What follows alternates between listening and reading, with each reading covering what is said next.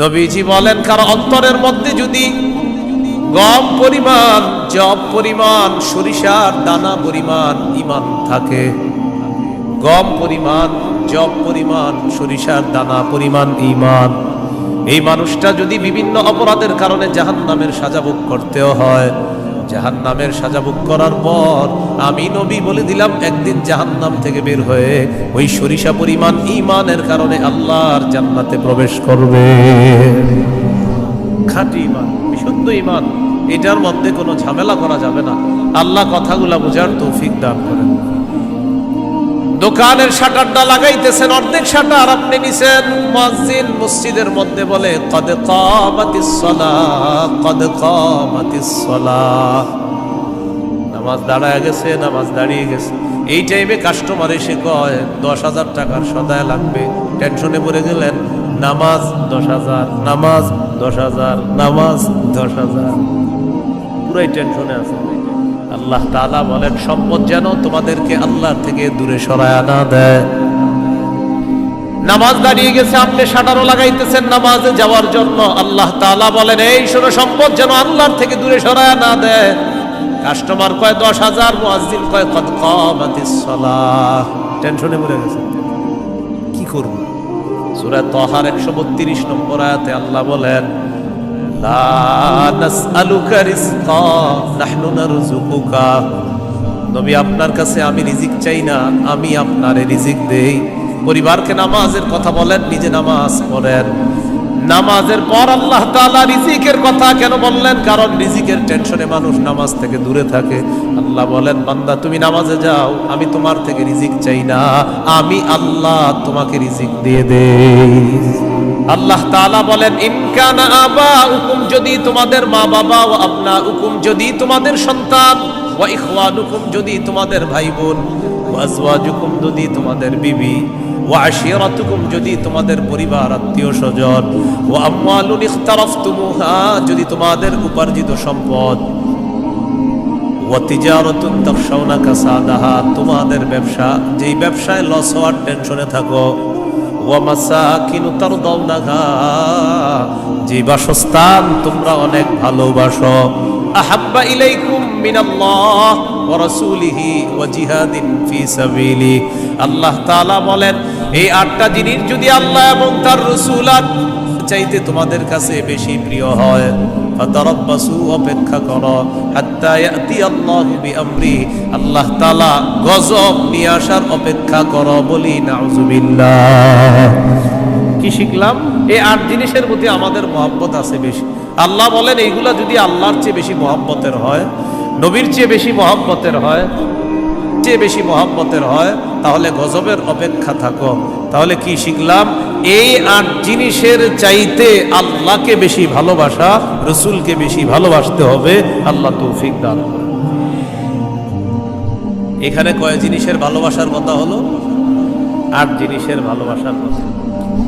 এবার আমার সাথে বলেন, সাধারণত মৌলিকভাবে 2টা জিনিস আমাদেরকে আল্লাহর থেকে দূরে রাখে। 1 সম্পদ, 2 সন্তান। এই 2টা মৌলিকভাবে আমাদেরকে খালি আল্লাহর থেকে গাফিল করে দেয়। সূরা মুনাফিকুনের 9 নম্বর আয়াতে আল্লাহ বলেন, ইয়া আইয়ুহাল্লাযীনা আমানু লা তুলহিকুম আমওয়ালুকুম ওয়ালা আওলাদুকুম আন যিকরিল্লাহ। আল্লাহ তাআলা বলেন, হে ঈমানদারগণ, লা তুলহিকুম আমওয়ালুকুম ওয়ালা আওলাদুকুম, তোমাদের সম্পদ, তোমাদের সন্তান তোমাদেরকে যেন গাফেল করে না দেয়, আন যিকরিল্লাহ, আল্লাহর স্মরণ থেকে যেন গাফেল করে না দেয়।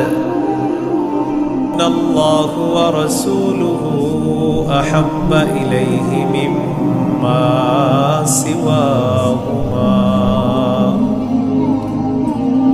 ওয়া আন ইউহিব্বাল মার'a লা ইউহিব্বুহু ইল্লা লিল্লাহ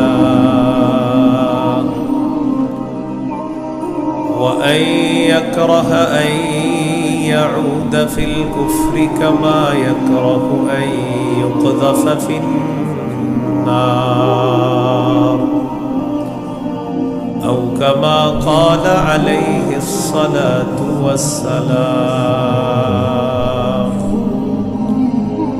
اللهم صل على محمد وعلى آل محمد كما صليت على إبراهيم وعلى آل إبراهيم إنك حميد مجيد اللهم بارك على محمد وعلى آل محمد كما باركت على إبراهيم وعلى آل إبراهيم إنك حميد مجيد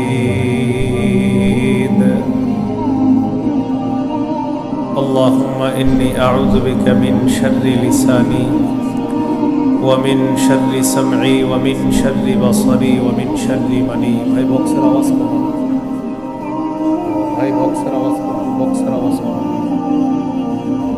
জামিয়া মুহাম্মাদিয়া ইমদাদুল উলুম মাদ্রাসা গাজীপুর রওজাতুস সালিহাত মহিলা মাদ্রাসা গাজীপুরের উদ্যোগে হাফেজ ছাত্রদের পাগড়ি প্রদান উপলক্ষে ষষ্ঠ বার্ষিক ইসলামী মহাসম্মেলনের গুরুত্বপূর্ণ আলোচনা পেশ করবেন আল্লামা মুফতি মিজানুর রহমান সাঈদ, প্রতিষ্ঠাতা পরিচালক শায়েখ Zakaria Islamic research centre Dhaka, প্রধান পৃষ্ঠপোষক অত্র জামিয়া। আল্লামা মুফতি আজিম উদ্দিন দামাত বরকাতুহুল আলিয়া শাইখুল হাদিস জামিয়া নুরিয়া কামরাঙ্গীরচর ঢাকা। গুরুত্বপূর্ণ আলোচনা করবেন মাওলানা হাফিজুর রহমান সিদ্দিক কুয়াকাটা, মুহতামিম জামিয়া তালিমিয়া মাদ্রাসা আদর্শনগর ঢাকা। মুফতি আব্দুল হালিম মুফাসসিরে কোরআন খুলনা, মুফতি উবাইদুল্লাহ বিন সাঈদ ইমাম ও খতিব বাইমাইল কেন্দ্রীয় জামে মসজিদ কোনাবাড়ি গাজীপুর। উপস্থিত হযরত উলামায়ে কেরাম, মুসলমান ভাইরা, আল্লাহ তাআলার দরবারে শুকরিয়া আদায় করছি। ভাই আওয়াজ বাড়ায়, একটু বক্সের আওয়াজ কমানোর পরে মাইক বাড়াইছেন, আবার বাড়ায় না, কমান আওয়াজ কমান পরে বাড়ায়, আমার সময় যত পারেন কমান, আরো কমায় দিন। উপস্থিত হযরত, ঠিক আছে, উপস্থিত হযরত উলামায়ে কেরাম, মুসলমান ভাইরা, আল্লাহ তাআলার দরবারে শুকরিয়া আদায় করছি। আল্লাহ আমাদেরকে এই মাহফিলে উপস্থিত হওয়ার তৌফিক দান করেছেন, বলি আলহামদুলিল্লাহ। আমি আপনাদের সামনে সূরাতুল বাকারার 256 নম্বর আয়াতে কারিমা থেকে কয়েকটি আয়াত তেলাওয়াত করলাম। 256 নম্বর আয়াতে আল্লাহ তাআলা দ্বীনের ব্যাপারে আমাদেরকে দিক নির্দেশনা দিয়েছেন। লা ইকরাহা ফিদ্দীন, দ্বীন গ্রহণ করার ক্ষেত্রে জোর করা যাবে না। কাউকে দ্বীন গ্রহণ করার ক্ষেত্রে, ইসলাম গ্রহণ করার ক্ষেত্রে জোর করা যাবে না। তবে ইসলামের দাওয়াত দেওয়া যাবে, ইসলামের সৌন্দর্যতা তাদের সামনে পেশ করা যাবে। সূরা আলী ইমরানের 19 নম্বর আয়াতে আল্লাহ বলেন, ইন্নাদ-দীনা ইনদাল্লাহিল ইসলাম, নিশ্চয়ই দ্বীন আল্লাহর কাছে ইসলাম। এটা হলো আয়াতের অনুবাদ। নিশ্চয়ই দ্বীন আল্লাহর কাছে ইসলাম, মানে আল্লাহর কাছে একমাত্র দ্বীন হলো ইসলাম। সূরা আলী ইমরানের 85 নম্বর আয়াতে আল্লাহ বলেন, وَمَن يَبْتَغِ غَيْرَ الْإِسْلَامِ دِينًا فَلَن يُقْبَلَ مِنْهُ। যে ব্যক্তি ইসলাম ছাড়া অন্য কোনো দিনকে গ্রহণ করে, অন্য কোনো কিছুকে দিন হিসাবে গ্রহণ করে, ফালাই ইউকবালা মিন, এটা তার থেকে গ্রহণ করা হবে না। কেউ যদি ইসলাম ছাড়া অন্য কোনো কিছুকে দিন হিসাবে গ্রহণ করে, এটা তার থেকে গ্রহণ করা হবে না, মানে ইসলাম ছাড়া অন্য কোনো দিন গ্রহণযোগ্য না। এটা অন্যকে দাওয়াত দিয়ে বোঝানো যাবে। জাহিলি যুগের বন্ধা নারীরা, যাদের সন্তান হয় না, এই জাতীয় নারীরা মানত করলো, আমার যদি ছেলে হয় ছেলের ইহুদি বানাবো। নাউজুবিল্লাহ। কি বানাবে?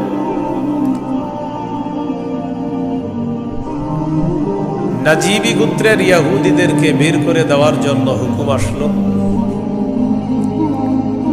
ইহুদিদের আত্মীয় স্বজন যারা আছে তারা চিন্তা করলো, আমাদের আত্মীয় স্বজন যারা, তাদেরকে মুসলমান বানায়া মদিনায় রেখে দিই।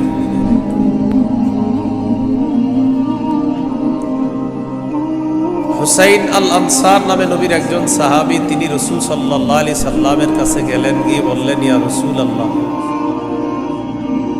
আমার দুজন পুত্র সন্তান খ্রিস্টান, আমি তাদেরকে যদি জোর করে মুসলমান বানিয়ে মদিনায় রেখে দিই।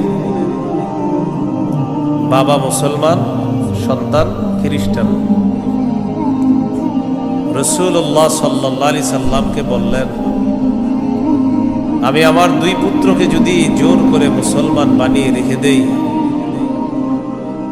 তখন আল্লাহ তাআলা সূরা বাকারার 256 নম্বর আয়াত নাজিল করলেন, লা ইকরাহা ফিদ্দীন। ইসলাম গ্রহণ করার ক্ষেত্রে জোর করা যাবে না। কদ তাবায়্যানার রুশদু মিনাল গাই। হেদায়েত স্পষ্ট হয়ে গিয়েছে গুমরাহি থেকে, পথভ্রষ্টতা থেকে। কোনটা হেদায়েত, কোনটা গুমরাহি, এটা মানুষের কাছে স্পষ্ট। এই কথা আল্লাহ কেন বললেন? হেদায়েত মানুষের সামনে এখন স্পষ্ট, এখন যদি মানুষ গ্রহণ না করে, এটা তার হতভাগা হওয়ার লক্ষণ। যদি সে গ্রহণ করে, এটা তার সৌভাগ্য, সে একজন সৌভাগ্যবান। সে সৌভাগ্যবান হওয়ার লক্ষণ হবে যদি হেদায়েত গ্রহণ করে। জোর করে বলা যাবে না তুমি মুসলমান হতেই হবে।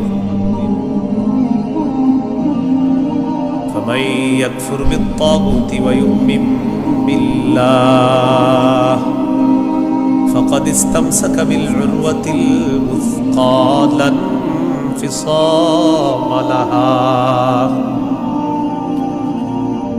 হেদায়েত স্পষ্ট হয়ে যাওয়ার পরেও যারা তাগুতকে অস্বীকার করবে,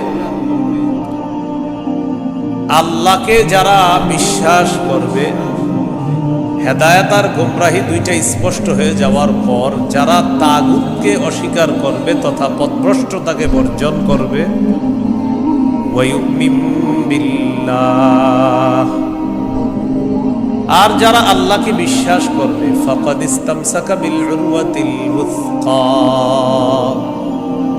সে এমন এক মজবুত হাতলকে আঁকড়ে ধরলো, লা ইনফিসামা লাহা, যেই মজবুত হাতল কখনো ছুটে যাওয়ার সম্ভাবনা নাই। এমন এক মজবুত হাতল, যেই মজবুত হাতল তাকে জান্নাতে পৌঁছায়। এটা হলো তাওহীদ। বলেন, এটা কি? তাওহীদ। তাগুত দ্বারা উদ্দেশ্য হলো যত সীমা লঙ্ঘনকারী আছে সবাই। আল্লাহ তাআলা বলেন, ফামান ইয়াকফুর বিত-তাগুতি ওয়া ইউমিন বিল্লাহ, যারা তাগুতকে অস্বীকার করবে আর আল্লাহকে বিশ্বাস করবে, ফাকাদ ইসতামসাকা বিল উরওয়াতিল উযকা লা ইনফিসামা লাহা, তারা এমন এক মজবুত হাতল আঁকড়ে ধরলো যেটা ছুটে যাওয়ার সম্ভাবনা নাই, বিচ্ছিন্ন হওয়ার সম্ভাবনা নাই। এই মজবুত হাতলের নাম হলো তাওহীদ, আল্লাহর একত্ববাদ স্বীকার করা। তাওহীদের মৌলিক 4টি শর্ত। প্রিয় ভাইয়েরা, কয় শর্ত? 1 নম্বর, আল্লাহ ছাড়া কোনো ইলাহ নাই এই বিশ্বাস নিয়ে মৃত্যুবরণ করা। 2 নম্বর, আল্লাহ ছাড়া কোনো ইলাহ নাই এই কথা মুখে বলবো, পাশাপাশি এই কথায় সামান্যতম সন্দেহ করা যাবে না। 3 নম্বর, আল্লাহ ছাড়া কোনো ইলাহ নাই মুখে বলার পাশাপাশি অন্তরে বিশ্বাস করা। 4 নম্বর, সবচাইতে বেশি আল্লাহকে ভালোবাসা। এই হলো তাওহীদের 4 শর্ত। তাওহীদের কয় শর্ত? 1 নম্বর, আল্লাহ ছাড়া কোনো ইলাহ নাই এই বিশ্বাস নিয়ে মৃত্যুবরণ করা। 2 নম্বর, আল্লাহ ছাড়া কোনো ইলাহ নাই এই কথায় সন্দেহ করা যাবে না। 3 নম্বর, আল্লাহ ছাড়া কোনো ইলাহ নাই এটা মুখে বলা, অন্তরে বিশ্বাস করা। 4 নম্বর, আল্লাহকে সবচেয়ে বেশি ভালোবাসা। এই হলো তাওহীদের 4 শর্ত। বাইরের মাইকের আওয়াজ আবার বাড়াইছে, ওইটা কমান, ওইটাও কমান। আপনি পরে বাড়ান, আমার বয়ানটা একটু কমান, সমস্যা নেই। বুঝলেন? মানে আমি এটা আপনার জন্য ভালো হবে। এর কথা হলো ফাটাই দেবো, বুঝতে হবে আমার মাইক এরকম এরকম। আমি তো বলছি না খারাপ, আমি বলছি খারাপ, আমি তো ভালোই বলছি। আমি বয়ান করতে আপনি সামনে দাওয়াত দেন না, এর তো মাইক লাগাইলে তো বারবার মাহফিলে বলি মাইক কম হবে, ওই মাহফিলে দাওয়াত অটোমেটিক পাবেন। বেশি মাহফিল মাইক হবে আর দাওয়াত পাবেন না। বুঝা হিসাব আমার বয়ানে মাইক কম থাকতে হবে, এটা আমি আলাদা বিষয়। মাইক যত কম হবে, যদি আবেদন করেন যে হুজুর মাইক 2টা, দেখবেন আর দাওয়াত আগে দিব। মাইক বেশি লাগাবেন আমার পাবেন, সোজা হিসাব। মাইক কমাইতে হবে আমার বয়ানে কারো যেন কোনো ক্ষতি না হয়, মাথায় রাখবেন। তাওহীদের 4টা শর্ত। 1 নম্বর, আল্লাহ ছাড়া কোনো ইলাহ নাই এই বিশ্বাস নিয়ে মৃত্যুবরণ করা। 2 নম্বর, আল্লাহ ছাড়া কোনো ইলাহ নাই এই কথায় সামান্য সন্দেহ করা যাবে না। 3 নম্বর, আল্লাহ ছাড়া কোনো ইলাহ নাই এটা মুখেও বলা, অন্তরে বিশ্বাস করা। 4 নম্বর, আল্লাহকে সবচেয়ে বেশি ভালোবাসা। 1 নম্বর শর্ত, আল্লাহ ছাড়া ইলাহ নাই এই বিশ্বাস নিয়ে মৃত্যুবরণ করা। সহিহ বুখারীর 26 নম্বর হাদিস। এই হাদিসের বর্ণনাকারী উসমান রাদিয়াল্লাহু তাআলা তিনি বলেন, عن عثمان رضي الله تعالى عنه قال قال رسول الله صلى الله عليه وسلم من مات وهو يعلم أنه لا إله إلا الله دخل الجنة। নবীজি বলেন, কেউ যদি এই বিশ্বাস নিয়ে মারা যায় আল্লাহ ছাড়া কোনো ইলাহ নাই, আমি নবী বলে দিলাম দাখালাল জান্নাহ, সে জান্নাতে প্রবেশ করবে। সহিহ বুখারীর বর্ণনা 1237 নম্বর হাদিস, 1237। জিবরিল আমিন নবীর কাছে আসছে, আসার পর বললেন, বাশির উম্মাতাকা আন্নাহু মান মাতা মিন উম্মাতিক লা ইউশরিকু বিল্লাহি শাইআ দাখালাল জান্নাহ। জিবরিল আমিন আসছে, আসার পর বলে, ইয়া রাসূলুল্লাহ, আপনার উম্মতের মধ্যে যারা শিরিক না করে মারা যাবে, আল্লাহ তাআলা আমাকে পাঠিয়েছে আপনাকে বলার জন্য, শিরিক করা ছাড়া যারা মারা যাবে আপনি ওই উম্মতকে জান্নাতে প্রবেশের সুসংবাদ জানায়া দেন। বুঝে আসছেন সবাই? তাহলে 1 নাম্বার, আল্লাহ ছাড়া কোনো ইলাহ নাই এই বিশ্বাস নিয়ে মৃত্যুবরণ করা। একদিন এক ফেরেশতা নবীজির কাছে আসছে। নবীজি সাল্লাল্লাহু আলাইহি সাল্লাম বলেন, তানি আতিম মির রাব্বি ফাখায়্যারানি বাইনা আন ইউদখিলা নিসফা উম্মতি আল জান্নাহ ওয়া বাইনা আশ-শাফাআহ। নবী বলেন, একজন ফেরেশতা আমার কাছে আসছে, আসার পর আমাকে 2টি বিষয়ের স্বাধীনতা দিয়েছে, যে কোনো একটা গ্রহণ করার জন্য। ফেরেশতা আমাকে বলল, হাবিব, আপনি যদি চান আপনার অর্ধেক উম্মত আপনি জান্নাতে নিতে পারবেন, আর যদি চান আপনি সুপারিশ করতে পারবেন, তবে 2টি গ্রহণ করা আপনার জন্য। এই সুযোগ আপনি পাবেন না, যে কোনো একটি গ্রহণ করতে হবে। হয়তো অর্ধেক উম্মত জান্নাতে নিবেন, না হয় আপনি সুপারিশ গ্রহণ করবেন। আমাদের নবী বলেন ইখতারতুশ শাফাআ, আমি সুপারিশ করাটাই আল্লাহর থেকে গ্রহণ করে নিলাম। বলেন তবে, বলেন সবাই বলেন তবে। এই সুপারিশ শুধু তারাই পাবে যারা শিরিক করবে না। নবীজি বলেন ওয়াহিয়া লিমান লা ইউশরিকু বিল্লাহি শাইআ, আমার সুপারিশ শুধু তারাই পাবে যারা আল্লাহর সাথে শিরিক করবে না, তারাই শুধু আমার সুপারিশ পাবে, অন্যরা কিন্তু আমার সুপারিশ পাবে না। সহিহ বুখারীর বর্ণনা ৯৯ নম্বর হাদিসে আল্লাহর নবীর সাহাবী আবু হুরায়রা রাদিয়াল্লাহু তাআলা আনহু নবীকে প্রশ্ন করলেন, মান আসআদুন নাসি বিশাফাআতিকা ইয়াউমাল কিয়ামাতি ইয়া রাসূলুল্লাহ। হুজুর, কিয়ামতের ময়দানে আপনার সুপারিশের মাধ্যমে কোন ব্যক্তি সবচেয়ে সৌভাগ্যবান হবে আমাকে একটু বলেন। নবীজি বললেন, আবু হুরায়রা, আমি জানতাম তোমার আগে এই প্রশ্ন আমাকে কেউ করবে না। লিমা রাআইতু মিন হিরসিকা আলাল ইলম, ইলমের প্রতি তোমার যে আগ্রহ, বিদ্যার প্রতি তোমার যে আগ্রহ, আমি জানতাম তোমার আগে এই প্রশ্ন আমাকে কেউ করবে না, তুমি যে প্রশ্নটা করছিস। তো যেহেতু তুমি প্রশ্নটা করেই ফেলছো, উত্তরটা নাও। আসাদুন নাসি বিশাফাআতি ইয়াউমাল কিয়ামাতি মান ক্বালা লা ইলাহা ইল্লাল্লাহ খালিসাম মিন কিবালি নাফসি। কোন ব্যক্তি যদি দিল থেকে বলে লা ইলাহা ইল্লাল্লাহ আর এই বিশ্বাস নিয়ে যদি মারা যায়, কিয়ামতের ময়দানে আমার সুপারিশের মাধ্যমে এই ব্যক্তি সবচাইতে সৌভাগ্যবান বান্দা হয়ে যাবে। কি শিখলাম বলেন?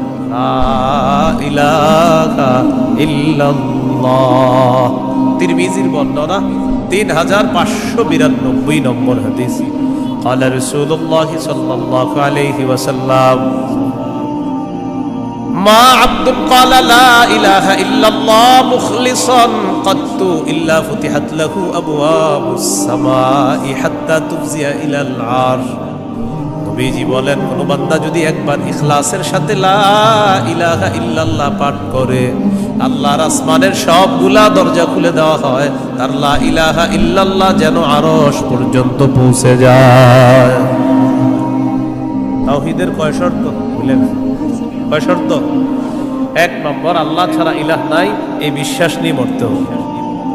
২ নম্বর, আল্লাহ ছাড়া কোনো ইলাহ নাই, এই কথায় সামান্য সন্দেহ করা যাবে না।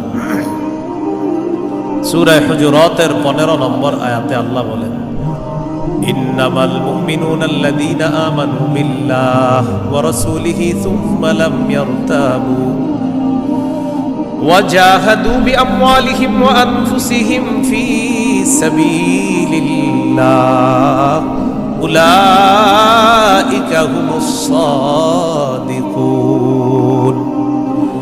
আল্লাহ তাআলা বলেন, প্রকৃত ঈমানদার হলো তারা যারা আল্লাহকে বিশ্বাস করে, রাসূলকে বিশ্বাস করে, সামান্য সন্দেহ করে না।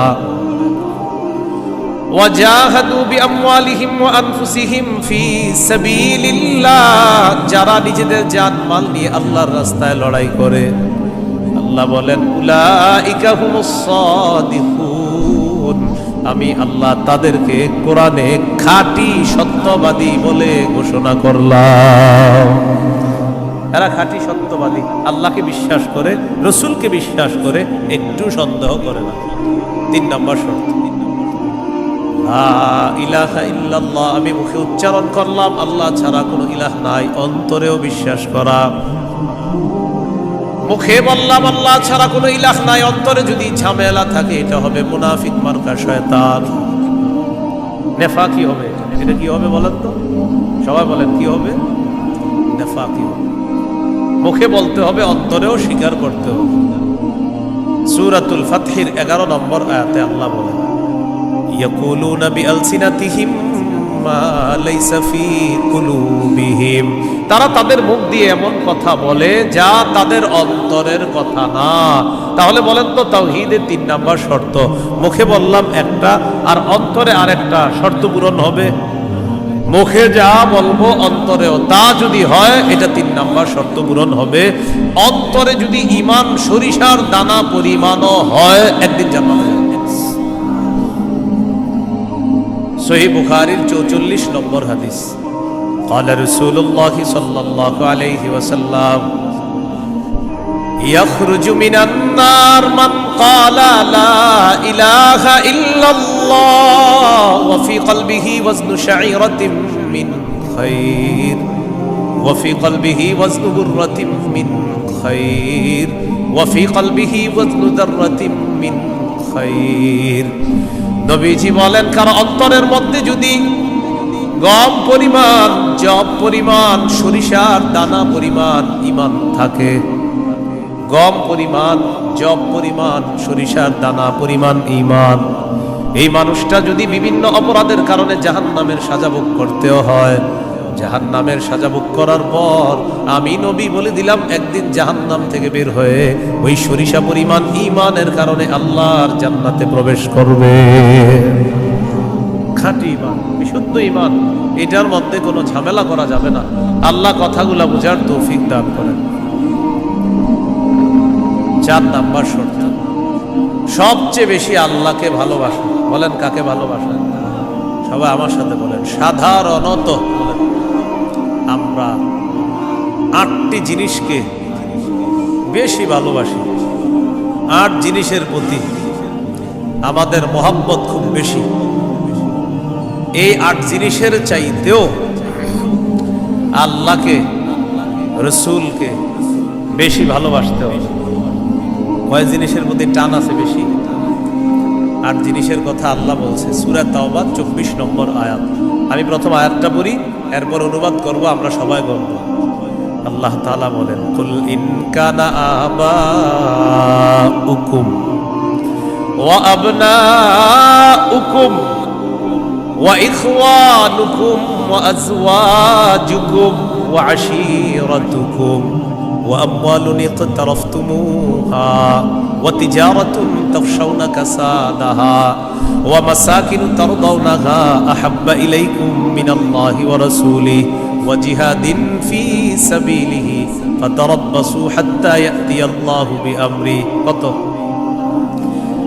আল্লাহ তাআলা বলেন, ইন কানা আবাউকুম, যদি তোমাদের মা বাবা, ওয়া আবনাউকুম, যদি তোমাদের সন্তান, ওয়া ইখওয়ানুকুম, যদি তোমাদের ভাই বোন, ওয়া আজওয়াজুকুম, যদি তোমাদের বিবি, ওয়া আশীরাতুকুম, যদি তোমাদের পরিবার আত্মীয় স্বজন, ওয়া আমওয়ালুন ইখতারাফতুমুহা, যদি তোমাদের উপার্জিত সম্পদ, ওয়া তিজারাতুন তাখশাউনা কাসাদাহা, তোমাদের ব্যবসা, যেই ব্যবসায় লস হওয়ার টেনশনে থাকো, ওয়া মাসাকিনু তারদাউনাহা, যে বাসস্থান তোমরা অনেক ভালোবাসো, আহাব্বা ইলাইকুম মিনাল্লাহ ওয়া রাসূলিহি ওয়া জিহাদিন ফি সাবিলি। আল্লাহ তাআলা বলেন, এই 8টা জিনিস যদি আল্লাহ এবং তার রাসূলের চাইতে তোমাদের কাছে বেশি প্রিয় হয়, ফাতারাব্বাসু, অপেক্ষা করো, হাত্তা ইয়াতি আল্লাহু বিআমরি, আল্লাহ তাআলা গজব নিয়ে আসার অপেক্ষা করো। বলি নাউযুবিল্লাহ। কি শিখলাম? এই 8 জিনিসের প্রতি আমাদের মহব্বত আছে বেশি। আল্লাহ বলেন, এইগুলা যদি আল্লাহর চেয়ে বেশি মহব্বতের হয়, নবীর চেয়ে বেশি মহব্বতের হয়, তাহলে গজবের অপেক্ষা থাকো। তাহলে কি শিখলাম? এই 8 জিনিসের চাইতে আল্লাহকে বেশি ভালোবাসা, রসুলকে বেশি ভালোবাসতে হবে। আল্লাহ তৌফিক দান করেন। এখানে কয় জিনিসের ভালোবাসার কথা হলো? 8 জিনিসের ভালোবাসার কথা। এবার আমার সাথে বলেন, সাধারণত মৌলিকভাবে 2টা জিনিস আমাদেরকে আল্লাহর থেকে দূরে রাখে। 1 সম্পদ, 2 সন্তান। এই 2টা মৌলিকভাবে আমাদেরকে খালি আল্লাহর থেকে গাফিল করে দেয়। সূরা মুনাফিকুনের 9 নম্বর আয়াতে আল্লাহ বলেন, ইয়া আইয়ুহাল্লাযীনা আমানু লা তুলহিকুম আমওয়ালুকুম ওয়ালা আওলাদুকুম আন যিকরিল্লাহ। আল্লাহ তাআলা বলেন, হে ঈমানদারগণ, লা তুলহিকুম আমওয়ালুকুম ওয়ালা আওলাদুকুম, তোমাদের সম্পদ, তোমাদের সন্তান তোমাদেরকে যেন গাফেল করে না দেয়, আন যিকরিল্লাহ, আল্লাহর স্মরণ থেকে যেন গাফেল করে না দেয়। দোকানের শাটারটা লাগাইতেছেন, অর্ধেক শাটার আপনি নিছেন, মুয়াজ্জিন মসজিদের মধ্যে বলে কদ কামাতিস সালাহ, কদ কামাতিস সালাহ, নামাজ দাঁড়ায় গেছে, নামাজ দাঁড়িয়ে গেছে। এই টাইমে কাস্টমার এসে কয় 10,000 টাকার সদায় লাগবে, টেনশনে পড়ে গেলেন, নামাজ 10,000, নামাজ 10,000, নামাজ 10,000, পুরাই টেনশনে আছে। আল্লাহ তাআলা বলেন সম্পদ যেন তোমাদেরকে আল্লাহর থেকে দূরে সরায় না দেয়। নামাজ দাঁড়িয়ে গেছে, আপনি শাটারও লাগাইতেছেন নামাজে যাওয়ার জন্য, আল্লাহ তাআলা বলেন এই শোনো, সম্পদ যেন আল্লাহর থেকে দূরে সরায় না দেয়। কাস্টমার কয় 10,000, মুয়াজ্জিন কয় কদ কামাতিস সালাহ, টেনশনে পড়ে গেছে, কি করব? সূরা তাহার 132 নম্বর আয়াতে আল্লাহ বলেন লা নাসআলুকা রিজকা নাহনু নারযুকুকা, নবী আপনার কাছে আমি রিজিক চাই না, আমি আপনারে রিজিক দেই। পরিবারকে নামাজের কথা বলেন, নিজে নামাজ পড়েন। নামাজের পর আল্লাহ তাআলা রিজিকের কথা কেন বললেন? কারণ রিজিকের টেনশনে মানুষ নামাজ থেকে দূরে থাকে। আল্লাহ বলেন বান্দা তুমি নামাজে যাও, আমি তোমার থেকে রিজিক চাই না, আমি আল্লাহ তোমাকে রিজিক দিয়ে দেই। সম্পদ আল্লাহর থেকে দূরে রাখে। আর হলো সন্তান, সারাদিন কান্নাকাটি করে না, যেই জোহর নামাজে রওনা করবেন ওই টাইমে কয় আমি চিপস খাবো, সারাদিন কাঁদবে না। যখন নামাজে যাবেন তখন এক দুনিয়ার যত কিছু আছে সব খাইতে মন চায়, ইবলিস এসে খোঁচায় কয়টা কয়টা কয়টা। আপনি তখন বুদ্ধি করে কি করবেন, ওইটারে প্যান পাশ পরায় মসজিদের এক কোনায় নিয়ে বসায়, তুমি বসে থাকেন, বসে থাকেন, বুঝলেন নাই? আর ইবলিস রে বলবেন ইবলিস তুমি যেই ঝামেলাটা আমার সাথে ডেলি নামাজের সময় করো, এই ঝামেলা করে কাজ হবে না। কারণ নামাজের সময় তুই যতবার আমার সন্তানকে খোঁচাবি, ওরে ততবার কাঁধে করে মসজিদে নিয়ে যাবো, এম্পাস পড়ায় ওটারও নিয়ে যাবেন মসজিদে, পাশে বসায় রাখবেন। ইবলিস বুঝা ফেলবে না এই রে খোঁচাইলাম না, এরে খোঁচাইলে তো এই সন্তানও নামাজি বানায় ফেলবে। সম্পদ সন্তান আল্লাহর থেকে আমাদেরকে দূরে রাখে। প্রিয় ভাইয়েরা, এই দুই জিনিস যেন আমাদের মধ্যে এত মহব্বত গালেব না হয় যে এই দুই জিনিস এত পরিমাণ মহব্বত করতে গেলাম, আল্লাহকে ভুলে গেলাম, রসুলকে ভুলে গেলাম, আখিরাত ভুলে গেলাম। এমনটা ভালোবাসি, সন্তান ভালোবাসি, মা ভালোবাসি, বাবা ভালোবাসি, ঠিক, কিন্তু এর চেয়ে বেশি ভালোবাসি আল্লাহ। এই হলো আল্লাহকে সবচেয়ে, তাওহীদের কয় শর্ত? 4 নাম্বার, সবচেয়ে বেশি কাকে ভালোবাসা? আল্লাহকে, রসুলকে সবচেয়ে বেশি ভালোবাসা, আল্লাহকে এরপর রসুলকে সবচেয়ে বেশি ভালোবাসা। সহিহ বুখারীর বর্ণনা 16 নম্বর হাদিস, قال رسول الله صلى الله عليه وسلم ثلاث من كن فيه وجد حلاوة الإيمان। নবীজি বলেন 3টা বৈশিষ্ট্য যদি কারো মধ্যে থাকে, সে অন্তরের মধ্যে ঈমানের স্বাদ আস্বাদন করতে পারবে। 1 নাম্বার, ইয়াকুন আল্লাহু ওয়া রাসূলুহু আহাব্বা ইলাইহি মিম্মা সিওয়াহুমা, আল্লাহ আল্লাহ রসুল ছাড়া যত কিছু আছে সবকিছুর চাইতে আল্লাহ আর তার নবীকে বেশি ভালোবাসা। 2 নাম্বার, ওয়া ইউহিব্বাল মারআ লা ইউহিব্বুহু ইল্লা লিল্লাহ, কোন মুসলমানকে শুধুমাত্র আল্লাহর জন্য ভালোবাসা।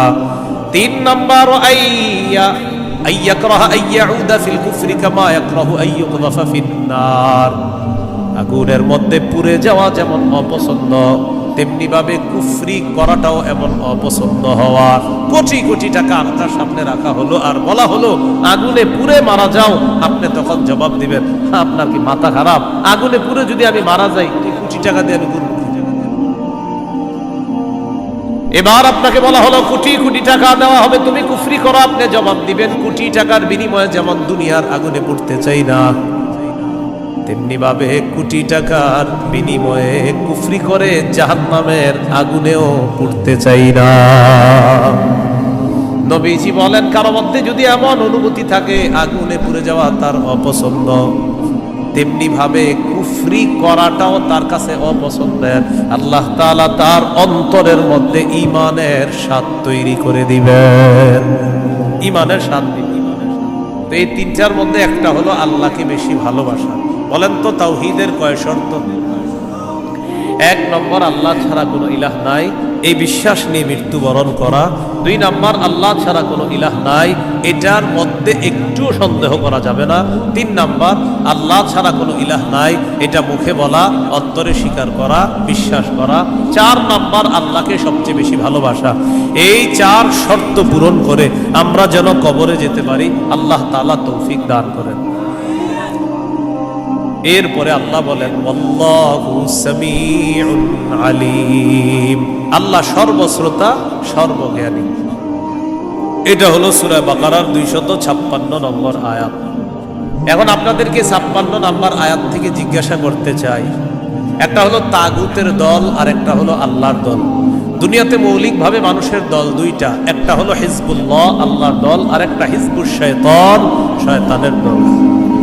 এই দুই দল মৌলিকভাবে মানুষের মধ্যে সূরা মুজাদালায় দুই দলের কথা আছে। তো এই দুই দলের মধ্যে আমরা কার দলে থাকবো, আল্লাহর দলে না শয়তানের দলে? আল্লাহর দলে আমরা যারা থাকবো, আল্লাহ আমাদের অভিভাবক হয়ে যাবে।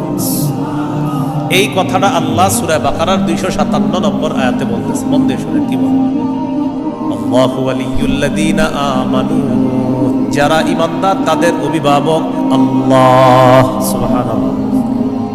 আপনারা মাঝে মাঝে এমনি দোয়া করতে পারেন না, আল্লাহ আপনি আমার অভিভাবক, আল্লাহ আপনি অভিভাবক। আল্লাহ সূরা বাকারা 257 নম্বর আয়াতে বলছেন আপনি আমার অভিভাবক। আল্লাহ আমি তো সমস্যায় আছি, আমার সমাধান করে দাও।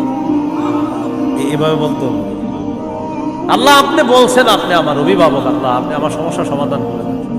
এইভাবে আল্লাহকে বলতে হবে। আল্লাহু ওয়ালিয়ুল্লাযীনা আমানু, আল্লাহ বলেন যারা ঈমানদার তাদের অভিভাবক হলেন আল্লাহ। ইউখরিজুহুম মিনাজ যুলুমাতি ইলান নূর, আল্লাহ তাআলা অভিভাবক ঈমানদারদেরকে অন্ধকার থেকে বের করে আলোর দিকে আল্লাহ তাআলা নিয়ে যায়। ওয়াল্লাযীনা কাফারু আউলিয়াউহুমুত তাগুত, আর যারা কাফের তাদের অভিভাবক হলো শয়তান। বলেন তো ঈমানদারের অভিভাবক কে, কাফেরের অভিভাবক কে? উলাইকা আসহাবুন নারি হুম ফিহা খালিদুন। আল্লাহ বলেন যারা তাগুতের অনুসারী তারা চিরস্থায়ীভাবে জাহান্নামে থাকবে। বলি নাউজুবিল্লাহ। তাগুত বলা হয় যত সীমা লঙ্ঘনকারী আছে, জালেম, সব তাগুত। এই তাগুত এটা পুরুষ হোক আর মহিলা হোক, এই তাগুত যারা এরা জালেম অথবা জালেমা, সব তাগুত। তবে কষ্টের বিষয় আর দুঃখের বিষয়, আমরা বারবার এক তাগুত ছেড়ে আরেক তাগুতকে ধরি। এক তাগুত ছেড়ে আরেক তাগুতকে কি করি? ধরি। কেন ধরি জানেন? বৃষ্টি থেকে বাঁচার জন্য ঝর্ণা নিচে এসে দাঁড়ায় আর কি, বসে দাঁড়াই বাঁচার জন্য। কি থেকে কোথায় এসে দাঁড়াই? এক তাগুতকে ছেড়ে আরেক তাগুত ধরা, বানি বৃষ্টি থেকে বাঁচার জন্য ঝর্ণার নিচে এসে দাঁড়ায়। ভাই কিছু ঘটনা কি? ঝর্ণার নিচে গেল আর বললেন না বাইরে বৃষ্টি, এনে কি? এই জন্য মনে রাখবেন, শত্রু এটা কখনো বন্ধু হবে না। এরে আপনি যতই মনে করেন বন্ধু, এ শত্রু সব সময় শত্রু। সূরা মাইদার 51 নম্বর আয়াতে আল্লাহ বলে দিয়েছেন। এবার আল্লাহ তাআলা কি বলে দেখেন, সূরা বাকারার 257 নম্বর আয়াত হলো 258 নম্বর আয়াতে আল্লাহ তাআলা এবার আমাদের আকীদা বিশুদ্ধ করবে। কি বিশুদ্ধ করবে বলেন তো? দুনিয়াতে আমাদের অভিভাবক কে? বেঁচে আছি কে? বাঁচিয়ে রাখছেন। মৃত্যু দিবেন কে? মৃত্যুর পর জীবিত করবেন কে?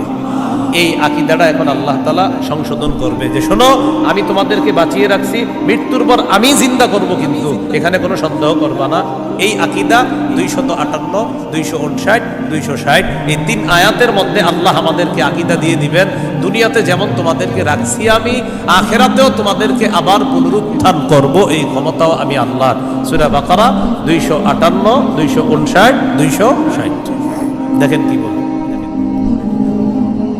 ألم تر إلى الذي حاج إبراهيم في ربه أن آتاه الله الملك إذ قال إبراهيم ربي الذي يحيي ويميت قال أنا أحيي وأميت قال إبراهيم فإن الله يأتي بالشمس من المشرق فأت بها من المغرب فبهت الذي كفر والله لا يهدي القوم الظالمين নবী আপনি কি দেখেন নাই ওই ব্যক্তির ব্যাপারে চিন্তা করেন নাই যে ব্যক্তি ইব্রাহিম নবীর সাথে তার রবের ব্যাপারে ঝগড়া করেছে, যেই রব তাকে রাজত্ব দান করেছে ওই রবের ব্যাপারে লোকটা ঝগড়া করেছে ইব্রাহিম নবীর সাথে।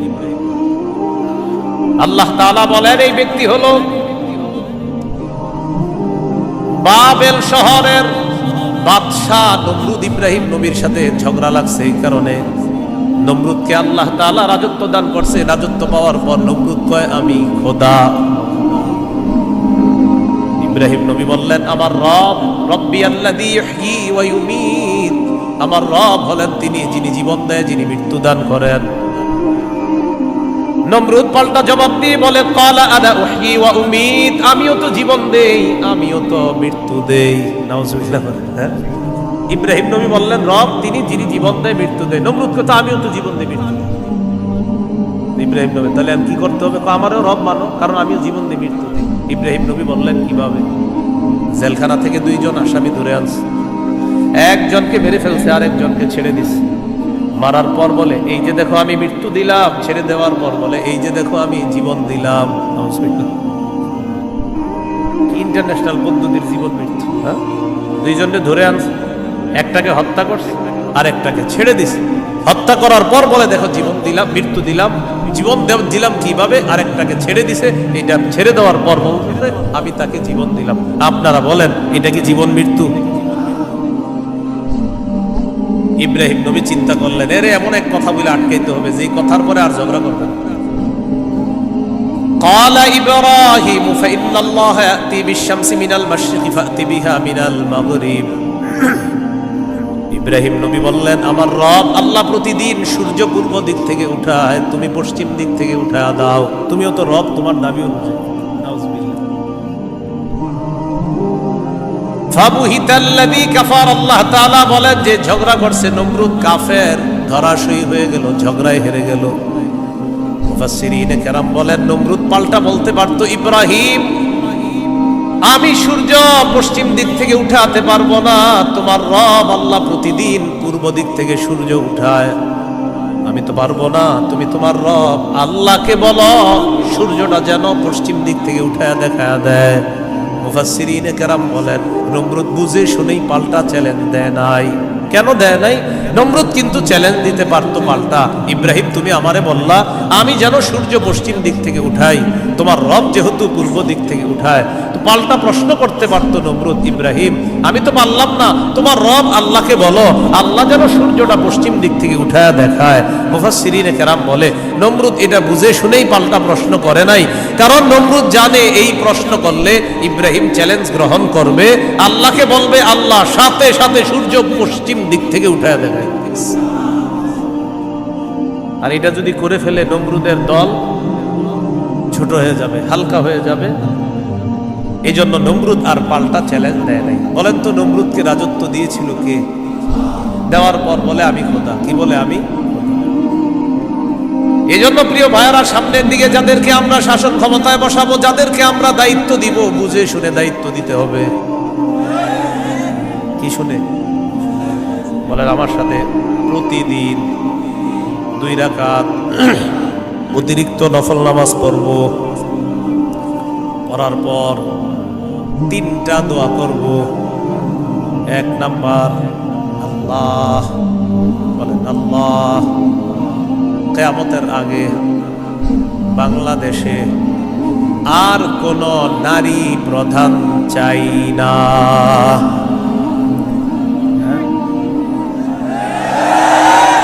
কি প্রধান চাই না? সবাই জোরে বলেন কেন? আরো জোরে বলেন, আরো জোরে, আরো জোরে। قال رسول الله صلى الله عليه وسلم لا يفلح قوم ولوا امرهم امرأتان। নবীজি বলেন ওই জাতি কিছুতেই কখনোই সফল হবে না যেই জাতি তাদের নেতৃত্বে কোনো নারীকে বসায় দেয়। আপনি বুঝেন আর না বুঝেন আমার নবীর কথা সঠিক। এই জন্য এই একটা বিষয় দোয়া করবেন। 2 নাম্বার দোয়া বলেন আল্লাহ মরার আগে বাংলাদেশে শরিয়া আইন দেখে যেতে চাই। কি আইন?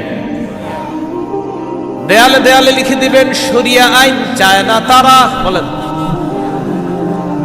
কোনো না কোনো অপরাধী যারা, বলেন আমার সাথে, শরিয়া আইন চায় না তারা, কোনো না কোনো অপরাধী যারা। চোর শরিয়া আইন চাইবে না, হাত কাটা যাবে। ধর্ষক শরিয়া আইন চাইবে না, তাকে পাথর মেরে হত্যা করা হবে, তার উপর ইসলামের শাস্তি প্রয়োগ করা হবে। এই জন্য ধর্ষক চাইবে না, চোর চাইবে না।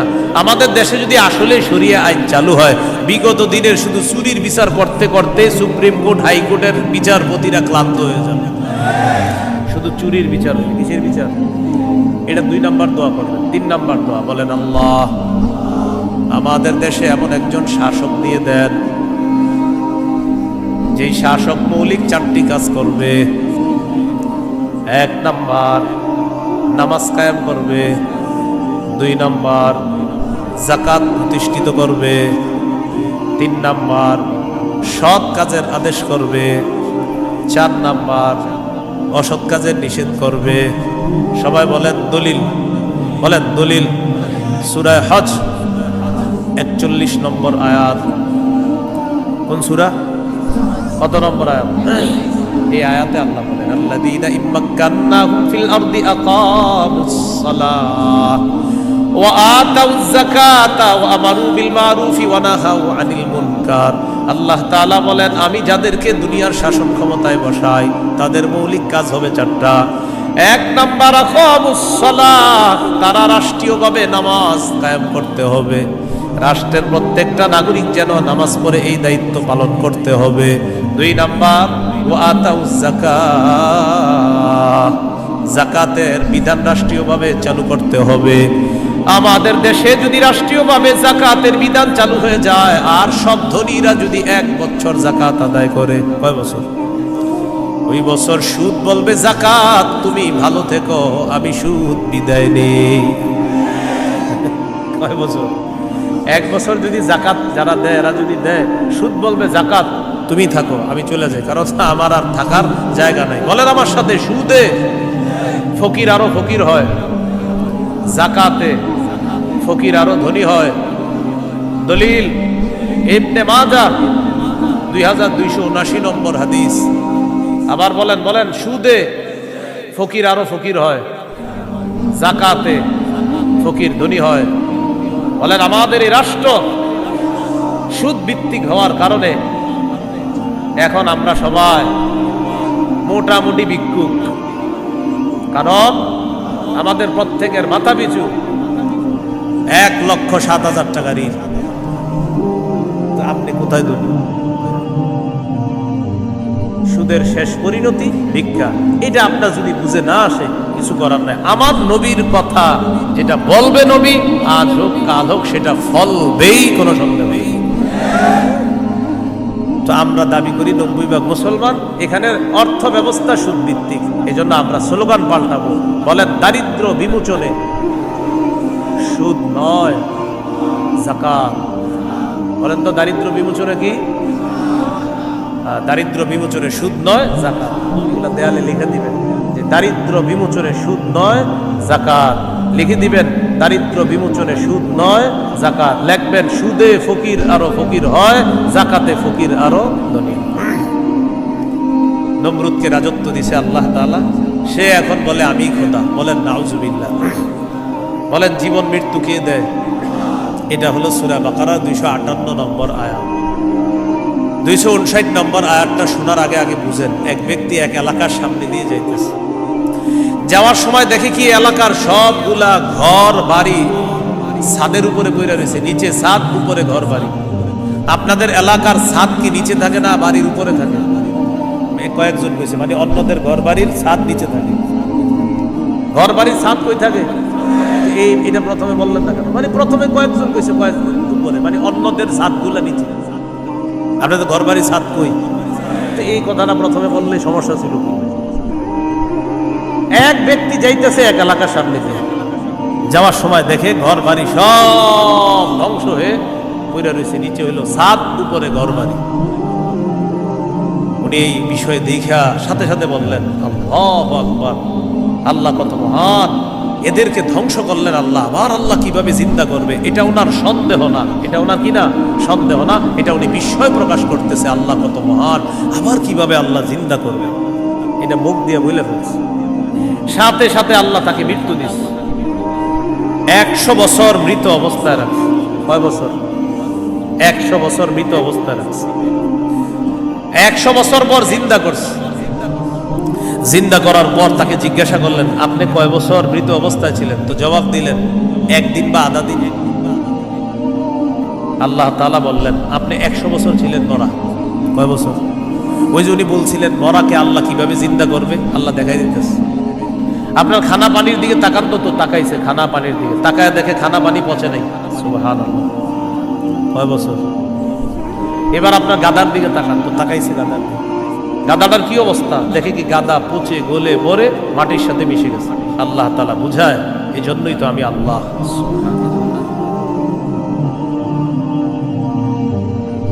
এবার আল্লাহ তাআলা বললেন, দেখেন গাদার অস্থিগুলা মাটির সাথে মিশে গেছে, আমি এগুলারে উঠাই। তো হাড্ডি উঠাইছে, উঠানোর পর এটার উপরে আল্লাহ গোস্তের প্রলেপ দিয়ে এটার মধ্যে প্রাণ সঞ্চার করে আবার গাদা জিন্দা করে। বলেন মৃতকে জিন্দা করে কে? এই কথাটাই আল্লাহ তাআলা বলেন, আও কাল্লাযী মাররা আলা ক্বরিয়াতিন ওয়া হিয়া খাবিয়াতুন আলা উরুশিহা। অথবা নবী আপনি কি ওই ব্যক্তির ব্যাপারে চিন্তা করেন নাই যে ব্যক্তি এক এলাকার সামনে দিয়ে গেছে, যাওয়ার সময় দেখে এলাকার সবগুলা ঘর বাড়ি ছাদের উপর পড়া, এর মানে ঘর বাড়িগুলা সব ধ্বংস। ক্বালা আন্না ইউহয়ী হাযিহিল্লাহু বা'দা মাউতিহা। তখন তিনি বললেন, আল্লাহ তাআলা কিভাবে তাদেরকে মৃত্যুর পর আবার পুনরায় জিন্দা করবেন। ফাআমাতাহুল্লাহু মিআতা আমিন। আল্লাহ তাআলা তাকে 100 বছরের জন্য মৃত্যু দিলেন। সুম্মা বাআসা, আবার তাকে জিন্দা করলেন। করার পর আল্লাহ বললেন, ক্বালা কাম লাবিস্তা, কতদিন আপনি এইভাবে মৃত অবস্থায় কাটিয়েছেন? তিনি জবাব দিলেন, লাবিস্তু ইয়াওমান আও বা'দা ইয়াওম, একদিন বা আধা দিন আমি মৃত অবস্থায় ছিলাম। কয়দিন? না আপনারা বলেন আসলে কয় বছর? আল্লাহ তাআলা বলেন, ক্বালা বাল লাবিস্তা মিআতা আমিন ফানজুর ইলা তাআমিকা ওয়া শারাবিকা লাম ইয়াতাসান্না। আপনি 100 বছর মরা ছিলেন, খানার দিকে তাকান, পানির দিকে তাকান, লাম ইয়াতাসান্না, পচে নাই। সুবহানাল্লাহ। ওয়ানজুর ইলা হিমারিকা, গাদাটার দিকে তাকান, গাদার দিকে তাকাইছে, তাকায় দেখে পচে গলে মাটির সাথে মিশে গেছে। আল্লাহ তাআলা বলেন, জানেননি কেন আপনাকে আমি মৃত্যু দিলাম, আবার 100 বছর পর আপনাকে আমি কেন জিন্দা করলাম? ওয়ালিনাজআলাকা আয়াতাল লিন্নাস, আমি আপনাকে দুনিয়ার মানুষের সামনে নিদর্শন হিসাবে রেখে দিলাম যে দেখো আমি আল্লাহ মৃতকে জিন্দা করি, এর দৃষ্টান্ত দুনিয়াতেই দেখায়া দিলাম। কয় বছর মৃত্যু রাখছে, এরপরে আল্লাহ আবার উঠেছে। এবার আল্লাহ বললেন, অনজুর ইলাল ইযামি কাইফা নুনশিজুহা, ওই যে আপনার গাদার অস্থিগুলা মাটির সাথে মিশে গেছে, দেখেন কিভাবে আমি উত্থিত করি। সুম্মা নাকসুহা লাহমা, এরপর দেখেন কিভাবে গোস্তের পোশাক হাড্ডিগুলার উপর পড়ায়া দেই। আল্লাহ গোস্তের পোশাক পড়ায়া প্রাণ সঞ্চার করে গাদা আবার জিন্দা করে। এবার তিনি বললেন, মানে কে? ওই যে যিনি বলছিলেন 100 বছর আগে আল্লাহ কিভাবে জিন্দা করবে, তখন তিনি বললেন, ক্বালা আ'লামু আন্নাল্লাহা আলা কুল্লি শাইইন কাদির। আমি বুঝতে পারছি, আমি জানি আল্লাহ সবকিছুর উপর ক্ষমতাবান। বলেন সবকিছুর উপর ক্ষমতাবান কে? 100 বছর মৃত রাইখা আবার জিন্দা করার ক্ষমতা কার? এখন আমি কি আপনাদেরকে বলছি লোকটাকে? এই লোকটাকে বলছি? বলি নাই। এলাকা কোনটা এটাও বলছি? বলি নাই। কোরআনে এলাকার নামও আসে নাই, ওই ব্যক্তির নামও আসে নাই। তবে মুফাসসিরিনে কেরাম বলেন, এই ব্যক্তি যে একজন নবী ছিলেন এতে সন্দেহ নেই। উনি একজন কি ছিলেন? নবী ছিলেন, এতে কোনো সন্দেহ নেই। এটা হলো মুফাসসিরিনে কেরামের বক্তব্য। মুআররিখিন যারা আছে, ঐতিহাসিকগণ, তারা বলেন আগে পরে গবেষণা করলে বোঝা যায় তিনি ছিলেন উযাইর আলাইহিস সালাম, কোন নবী? অথবা বলেন, অথবা আরমিয়া আলাইহিস সালাম, এটা একজন নবীর নাম। তাহলে ওই জনপদের সামনে দিয়ে যিনি গিয়েছেন তিনি একজন নবী ছিলেন, এই ব্যাপারটা স্পষ্ট। তবে তিনি কোন নবী ছিলেন, উজাইর নবী না আরমিয়া নবী, এই ব্যাপারে ঐতিহাসিকগণ বলেন তিনি হয়তো উজাইর নবী, না হয় আরমিয়া আলাইহিস সালাতু ওয়াস সালাম। এখন এলাকা এটা কোন এলাকা? ঐতিহাসিকগণ বলেন এলাকাটা বাইতুল মুকাদ্দাসের বুখতে নসর যে এলাকা দখল করেছিল, ওই বুখত নসরের এলাকাটা ইতিহাস গবেষণা করলে বোঝা যায় ওই এলাকাটা আল্লাহ ধ্বংস করার পর তখন ওই নবী এলাকার সামনে দিয়ে গিয়েছিলেন। তাহলে এলাকার নাম সরাসরি কোরআনে নাই, এলাকার নাম সরাসরি হাদিসে নাই, নবীর নাম সরাসরি কোরআনে নাই, নবীর নাম সরাসরি হাদিসে নাই। মুফাসসির এবং ঐতিহাসিকগণ গবেষণা করে বলেন আগা গোড়া এটা গবেষণা করলে বোঝা যায় নবী ছিলেন হযরত উজাইর অথবা আরমিয়া, আর এলাকাটা ছিল বাইতুল মুকাদ্দাস। এই হলো সূরা বাকারার 259 নম্বর আয়াত। সূরা বাকারার 260 নম্বর আয়াত। এই আয়াতেও আল্লাহ আমাদের আকীদা স্বচ্ছ করবে যে দেখো দুনিয়াতে আমি তোমাদেরকে জিন্দা রাখছি, আবার আমি মৃত্যু দিব, আবার তোমাদেরকে পুনরুত্থান করব, এই ক্ষমতা। বিসমিল্লাহ, আল্লাহুম্মা লাকাল হামদু ওয়া লাকাল শুকর। সূরা বাকারা 260 নম্বর আয়াত আল্লাহ বলেন وَإِذْ قَالَ إِبْرَاهِيمُ رَبِّ أَرِنِي كَيْفَ تُحْيِي الْمَوْتَى قَالَ أَوَلَمْ تُؤْمِنْ قَالَ بَلَى وَلَكِنْ لِيَطْمَئِنَّ قَلْبِي قَالَ فَخُذْ أَرْبَعَةً مِنَ الطَّيْرِ فَصُرْهُنَّ إِلَيْكَ ثُمَّ اجْعَلْ عَلَى كُلِّ جَبَلٍ مِنْهُنَّ جُزْءًا ثُمَّ ادْعُهُنَّ يَأْتِينَكَ سَعْيًا وَاعْلَمْ أَنَّ اللَّهَ عَزِيزٌ حَكِيمٌ। স্মরণ করুন ওই সময়কে যখন ইব্রাহিম নবী বললেন রব্বি আরিনি কাইফা তুহয়িল মাউতা, আল্লাহ আপনি আমাকে দেখান আপনি কিভাবে মৃতকে জিন্দা করেন। আল্লাহ তাআলা বললেন ক্বালা আওয়ালাম তুমিন, ইব্রাহিম আপনি কি বিশ্বাস করেন না? ইব্রাহিম নবী জবাব দিলেন ক্বালা বালা ওয়ালাকিন লিয়াতমাইন্না কলবি, আল্লাহ অবশ্যই বিশ্বাস করি, তবে আমার অন্তরের প্রশান্তির জন্য আমি জানতে চাই আল্লাহ আপনি কিভাবে মৃতকে জিন্দা করেন। ভাই 259 আর 260 নম্বর আয়াতে একটা বিষয় কিন্তু মনে রাখেন, আমি আবার বারবার বলতেছি কথাটা। 259 নম্বর আয়াতে ওই যে নবী বললেন আল্লাহ কিভাবে মৃতদেরকে জিন্দা করবেন, এটা কিন্তু নবীর সন্দেহ না। আবার বলছি এটা কি না সন্দেহ না, বলেন বিস্ময়, উনি আশ্চর্য হচ্ছেন। আবার 260 নম্বর আয়াতে ইব্রাহিম নবী বলতেছে আল্লাহ আপনি আমারে দেখান কিভাবে মৃতকে জিন্দা করেন, এটাও ইব্রাহিম নবীর সন্দেহ না, বরং ইব্রাহিম নবী অন্তরকে শান্তি দিতে চায় আল্লাহ আপনি যে মৃতকে জিন্দা করেন এটা দেখলে আমার দিলে একটু ভালো লাগতো, শুধু এই কারণে আমি দেখতে চাই। তাহলে বিষয়টা কি সন্দেহ? নাউজুবিল্লাহ, কোন নবী সন্দেহ করতে পারে না। তো আল্লাহ তাআলা বললেন ক্বালা ফাকুস আরবাতাম মিনাত তায়র, ইব্রাহিম আপনি 4টা পাখি ধরেন, ফাসুরহুন্না ইলাইকা, এই 4টি পাখি আপনি বসে আনেন, আপনার আয়ত্তে আনেন। আয়াতে আনার পর সুম্মা জাআলা আলা কুল্লি জাবালিম মিনহুন্না জুজআ, 4টা পাখিকে আপনি চূর্ণ বিচূর্ণ করে টুকরা টুকরা করে ফেলবেন। টুকরা টুকরা করার পর এই পাখিগুলা টুকরা টুকরা বিভিন্ন পাহাড়ের মধ্যে আপনি ছিটা দিবেন। কোন পাখির টুকরাটা কোন পাহাড়ের মধ্যে আছে এটা আপনার জানা নাই। এবার আপনি তাদের নাম ধরে আপনি ডাকবেন। আল্লাহ তাআলা বলেন আমার হুকুমে যেই যেই পাখির টুকরাগুলা যেই পাহাড়ের মধ্যে আছে ওই টুকরাগুলা আমি আল্লাহ প্রত্যেক পাহাড় থেকে আলাদা আলাদা করে একত্রিত করে অবিকল ওই পাখির মধ্যে প্রাণ সঞ্চার করে দিব। পাখি আপনার সামনে উঠতে উঠতে উপস্থিত হয়ে যাবে। তো আল্লাহ বলেন ফাসুরহুন্না ইলাইকা, এটা আপনি বসে আনেন, আয়াতটা আনেন। সুম্মা জাআল আলা কুল্লি জাবালিম মিনহুন্না জুজআ, এগুলারে টুকরা টুকরা করে আপনি পুরা সব একসাথে করে ফেলবেন। এখন বলেন তো 4 পাখি একসাথে টুকরা টুকরা করলে কোন পাখির টুকরা কোথায় আছে এটা কি বলা যাবে? ইব্রাহিম নবীকে বললেন আলাদা আলাদা পাহাড়ের মধ্যে রেখে দেন। রাখার পর এবার আপনি ডাক দিবেন।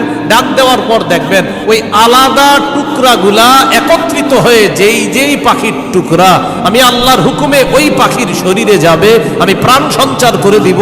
পাখি আপনার সামনে উঠতে উঠতে উপস্থিত হয়ে যাবে। শেষে আল্লাহ বলেন ওয়ালাম, জেনে রাখেন আল্লাহ আজিজুল হাকিম, আল্লাহ মহাপরাক্রমশালী, আল্লাহ মহাপ্রজ্ঞাময়। 3টি বিষয়। 1 নাম্বার বলেন আল্লাহর কাছে মনোনীত ধর্মের নাম কি? ইসলাম। ইসলামের দাওয়াত অন্যের সামনে দেওয়া যাবে কিনা? যাবে। ইসলাম গ্রহণে কাউকে কি জোর করা যাবে? দুই নম্বর, মৌলিকভাবে মানুষের দল কয়টা? দুইটা। একটা কার দল? আল্লাহর দল। আর একটা কার দল? শয়তান। ইমানদারের অভিভাবককে, কাফেরদের অভিভাবককে? শয়তান। তিন নম্বর, আমাদেরকে দুনিয়াতে জীবিত রাখছে কে? মৃত্যু দিবে কে? মৃত্যুর পর আবার জিন্দা করবেন কে? এই তিনটি বিষয় সূরা বাকারার 256 থেকে 260 নম্বর আয়াত পর্যন্ত আমরা জানলাম। আল্লাহ তাআলা আমাদের সকলকে আকীদা বিশুদ্ধ করে স্বচ্ছ করে আমরা যেন মরা। দুই নম্বর, আল্লাহ ছাড়া কোনো ইলাহ নাই, সন্দেহ করা যাবে না। তিন নম্বর, আল্লাহ ছাড়া কোনো ইলাহ নাই, এটা মুখে বলা, অন্তরে বিশ্বাস করা। চার নম্বর, আল্লাহ ছাড়া কোনো ইলাহ নাই, এই কথা তখন প্রমাণ হবে যদি আমি সবচেয়ে বেশি আল্লাহকে ভালোবাসি। বলেন তো কয় জিনিসকে সাধারণত বেশি ভালোবাসি আমরা? 8 জিনিস। এই 8 জিনিস থেকেও কাকে বেশি ভালোবাসতে হবে? আল্লাহ তাআলা আমাদের সকলকে আজকের সূরা বাকারার 256 থেকে 60 নম্বর আয়াত পর্যন্ত মূল তিনটি কথা ছিল। এক নাম্বার, আল্লাহর কাছে মনোনীত ধর্ম ইসলাম, এটা গ্রহণ করতে হবে, বাকি গ্রহণ করার ক্ষেত্রে কাউকে জোর করা যাবে না। দুই নাম্বার, একটা শয়তানের দল, একটা আল্লাহর দল। আল্লাহর দলের অভিভাবক আল্লাহ, শয়তানের দলের অভিভাবক মানে যারা, তাদের অভিভাবক হলো শয়তান। তাগুত যারা ইহুদি খ্রিস্টান, তাদের অভিভাবক হলো শয়তান। তিন নাম্বার, আল্লাহ জীবিত রাখছে, আল্লাহ মৃত্যু দিবেন, আল্লাহ আবার জিন্দা করবেন। এই আকীদা, বিশুদ্ধ স্বচ্ছ আকীদা নিয়ে যেন আমরা কবরে যেতে পারি, আল্লাহ তাআলা তৌফিক দান করেন। সুবহানাল্লাহি ওয়া বিহামদিহি, সুবহানাকাল্লাহুম্মা ওয়া বিহামদিকা, আশহাদু আল্লা ইলাহা ইল্লা আনতা, আস্তাগফিরুকা ওয়া আতুবু ইলাইক। আমিন ওয়া আখিরু দাওয়ানা আলহামদুলিল্লাহি রাব্বিল আলামিন। আসসালামু আলাইকুম।